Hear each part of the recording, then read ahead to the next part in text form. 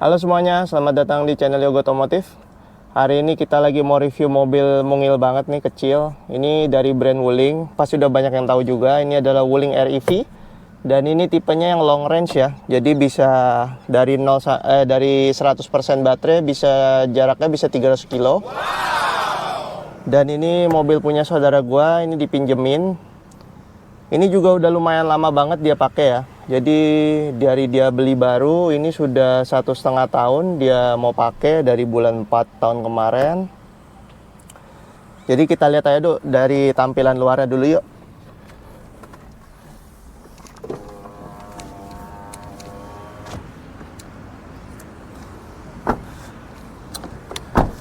Nah, kalau kita lihat dari tampilan luarnya sini sih nggak ada yang spesial banget ya. Cuma di sini dia punya kaca nih, lumayan gede ya buat penumpang belakang. Dan di sini juga kaca seperti biasa buat depannya lumayan gede juga. Di sini kalau dari handle pintunya ya biasa lah ya. Cuma ya agak unik aja dia ke samping gini ya. Biasanya kan ke atas ya. Dan juga di sini ada tombol untuk kayak keyless-nya buat ngunci mobil atau buat buka mobil. Tuh. Jadi kuncinya tinggal kita kantongin aja, keyless entry-nya udah ada. Dan di sini kalau dari segi ban dan peleknya, ini dia pakai bannya ukuran 145/70 ring 12. Ini rata ya semuanya, depan belakang sama ukurannya.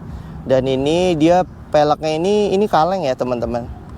Cuma ini dikasih cover lagi, cover plastik tuh. Dan ini bisa dicopot, bisa dipasang. Banyakan sih orang ada yang ganti juga sih ininya jadi yang model dop gitu. Yang chrome gitu ya, keren. Atau diganti juga, peleknya udah mulai banyak sih di pasaran guys. Nah, kita lihat dari tampilan depan yuk. Nah, oke teman-teman, kita lihat tampilan dari depannya ya. Untuk di tampilan depannya di sini menurut gue cukup unik sih. Di sini dia ada list biru ya, warna list biru. Dan di sini kalau misalkan lampunya nyala DRL gitu ya, garis panjang banget dari ujung ke ujung, keren banget. Ini juga logo Wulingnya bisa nyala ya teman-teman kalau kita nyalain lampu. Dan juga untuk di lampu utamanya semuanya sudah LED. Lampu utama, lampu tinggi, lampu sen semuanya sudah LED. Fog lampnya juga sudah LED. Dan ini model grillnya seperti ini ya. Memang nggak sedikit lubangnya, yang ini hanya untuk ventilasi aja, buat pendingin aja. Dan juga di sini ada seperti kamera, tapi kayaknya bukan kamera sih. Seperti kamera ya, tapi bukan kamera.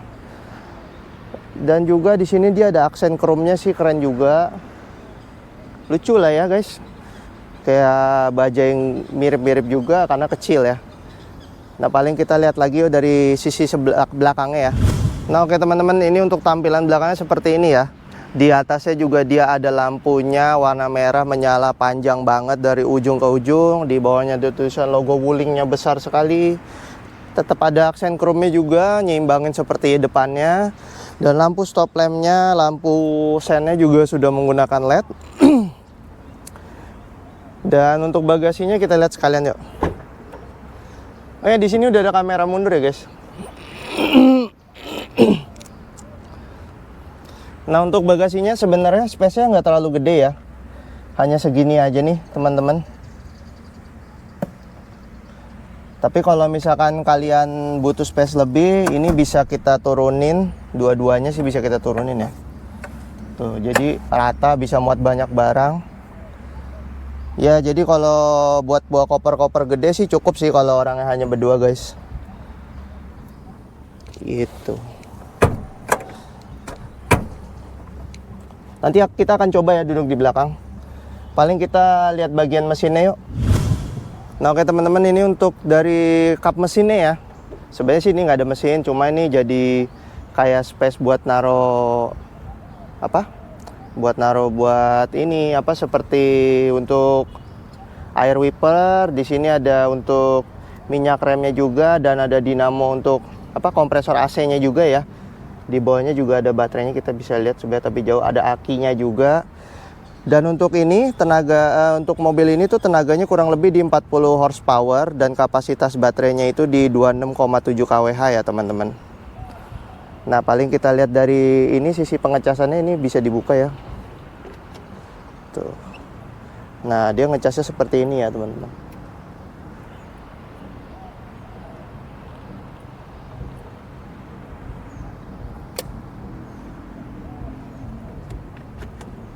Paling kita lanjut aja yuk, langsung ke bagian interiornya.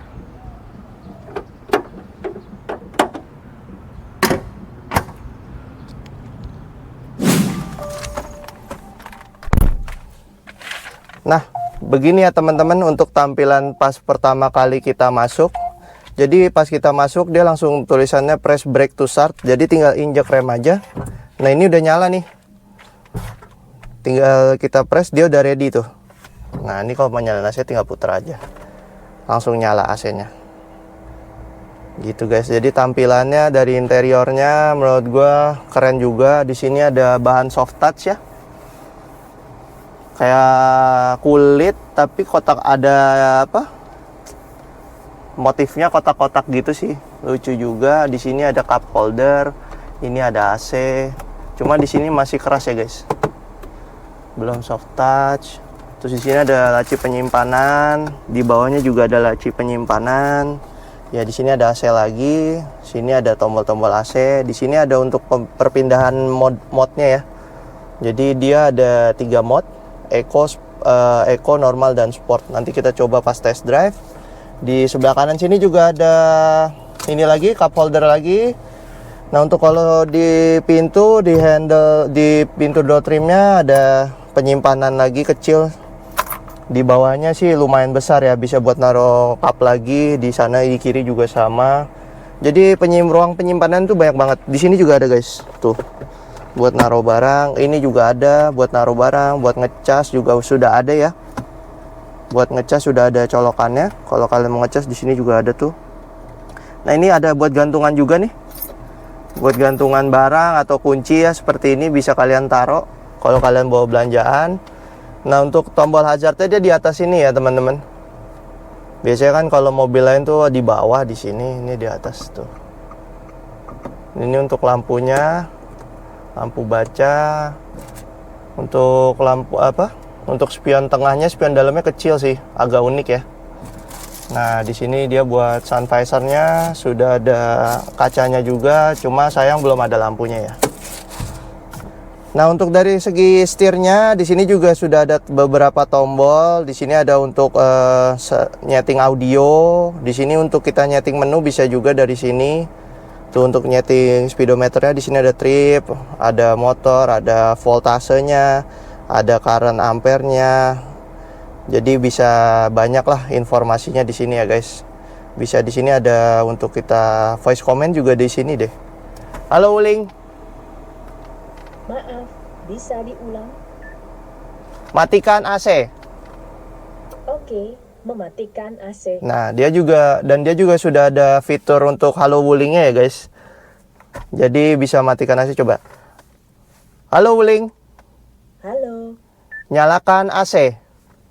Oke, menghidupkan AC. Nah, dia juga banyak bisa nyalain radio juga. Setahu gue bisa turunin kaca deh guys. Coba ya. Halo Wuling. Halo. Turunkan kaca penumpang. Oke, membuka jendela penumpang depan. Oke. Halo Wuling. Halo. Tutup jendela penumpang. Oke, menutup jendela penumpang depan. Wah, keren ya guys. Jadi kecil-kecil gini teknologinya juga sudah cukup canggih. Nah, paling segitu aja sih. Kalau dari informasinya ya lumayan lah. Di sini bisa ada AC, ada navigasi juga di sini. Tuh ya. Di sini ada untuk penyetingan AC juga bisa dari digitalnya. Ini untuk musik, ada radio. Ya, seperti itu. Dia juga sudah ada Bluetooth-nya ya. Sudah ada Bluetooth-nya juga kalau kita mau connect ke Bluetooth. Jadi kita paling lanjut ke belakang yuk. Kita pengen tahu gimana pas kita duduk di belakang. Nah, oke guys, kita mau coba duduk di belakang ya. Buat informasi aja, tinggi gue 183 sentian. Jadi kita coba duduk di belakang. Oke.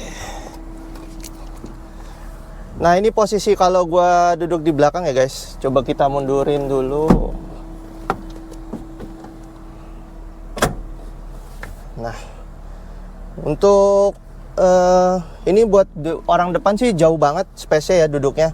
Nah, kalau buat gua ini masih ada space lumayan lah, beberapa senti. Masih oke sih. Dan masih bisa agak ngangkang juga kalau misalkan lurus begini terlalu mepet ya. Masih oke kok. Dan headroom-nya ini masih lumayan tinggi ya. Masih lumayan di sini juga. Tapi sayangnya kepala gua nih jadi nggak tersandar karena dia headrestnya nggak ada ya, sedikit doang, dan nggak bisa disetting tinggi gitu ya guys. Jadi nggak bisa tuh, jadi gini. Itu aja sih. Tapi untuk satu orang lagi masih muat. Bahkan menurut gua bertiga pun masih bisa kalau orang kecil-kecil ya. Tapi lebih nyaman pasti berdua lah. Dan untuk kacanya ini kalau kita lihat dari dalam gini ya, gede banget, kayak jendela pesawat gitu. Jadi enak juga buat penumpang belakang yang duduk kalau misalkan mau ngelihat keluar. Dan juga di sini sudah disediakan seat belt ya, seat belt 3 titik kiri kanan sudah oke. Di sini juga ada pegangan tangannya juga guys. Cuma di belakang memang tidak ada seperti lampu baca atau untuk ngecas untuk yang di belakang, jadi belum ada ya guys. Ya paling segitu untuk kalau dari segi belakang. Nah oke guys, paling segitu aja untuk review luar dan eksterior dan interiornya. Paling sekarang kita mau coba test drive, langsung aja yuk. Nah oke guys, kita sekarang sudah di dalam mobil. Nah untuk pengoperasiannya tinggal injak rem tadi yang gue bilang. Terus ini apa sih namanya ini? Tombol transmisi ya, kayak tombol maticnya, dia modelnya putar gitu, cakep juga sih. Tuh ini R, N, D. Dan juga dia di sini sudah pakai tombol semua ya untuk naikin dan turunin jendela. Di sini ada auto park brake-nya, di sini parking brake-nya ya, tinggal kita turunin. Nah, ini udah jalan. Sekarang kita lagi pakai mode Eco. Oke. Itu jalan.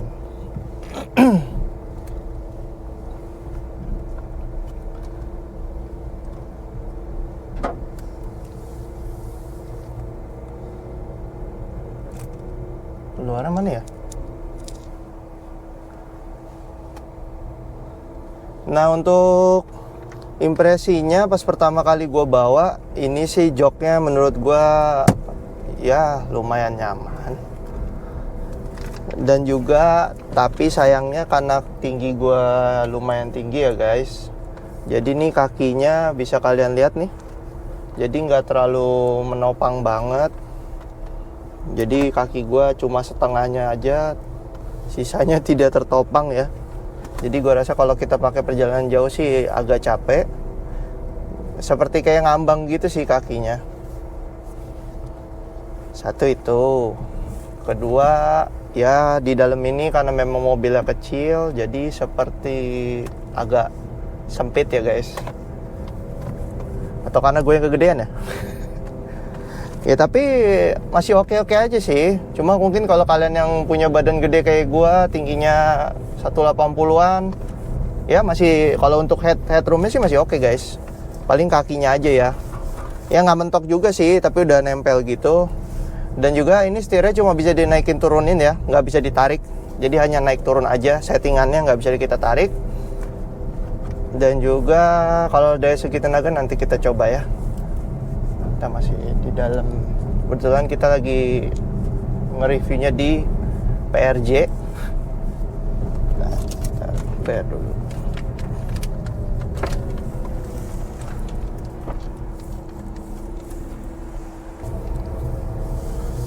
Nah sekarang kita sudah pakai mode yang masih yang Eco. Kita coba gas dikit ya.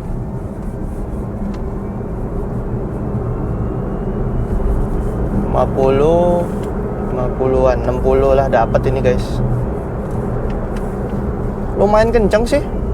Cuma gasnya tuh kayak harus agak dibejek dikit ya. Jadi harus agak dalam kita ngegasnya, baru dia agak lari. Nanti kita coba ganti yang mode normal. Nah, sekarang kita di mode normal ya guys. Ya mobilnya lebih jambak sih ketimbang yang Eco mode tadi. Lebih enak. Terakhir di sport, kita coba sport.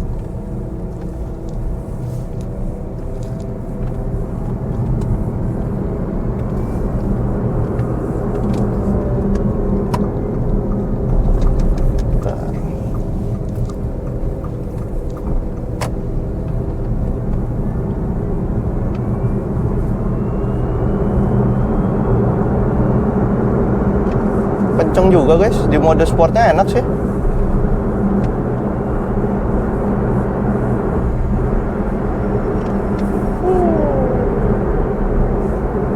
Ya buat mobil sekecil ini sih udah cukup lah ya untuk tenaga segini mah. Karena biasanya dipakai buat, kebanyakan sih orang beli buat nganter anak sekolah, buat emak-emak ke pasar. Karena ini banget ya, simple banget, mobilnya kecil. Jadi kalau buat dipakai apalagi di kota kayak Jakarta gini kan, kalian tahu sendiri pasti macet, jalanannya juga sempit-sempit, padat gitu. Jadi enak banget, apalagi buat muter ini radiusnya gampang banget gitu kalau buat muter. Kayak bawa motor aja muter langsung muter gitu karena saking kecilnya ya guys. Nah kalau dari feel pengeremannya ini enak seperti mobil-mobil pada umumnya dan lumayan pakem sih menurut gue ini. Kita injak dikit aja dia langsung ngerem. Dan juga dia ada kayak engine brake kayak gitu ya. Mungkin kayak dia ada regeneratif untuk si baterainya ya. Jadi kalau kita lepas gas, kita gas gini nih, terus kita lepas tuh kayak langsung tuh. Kayak gitu.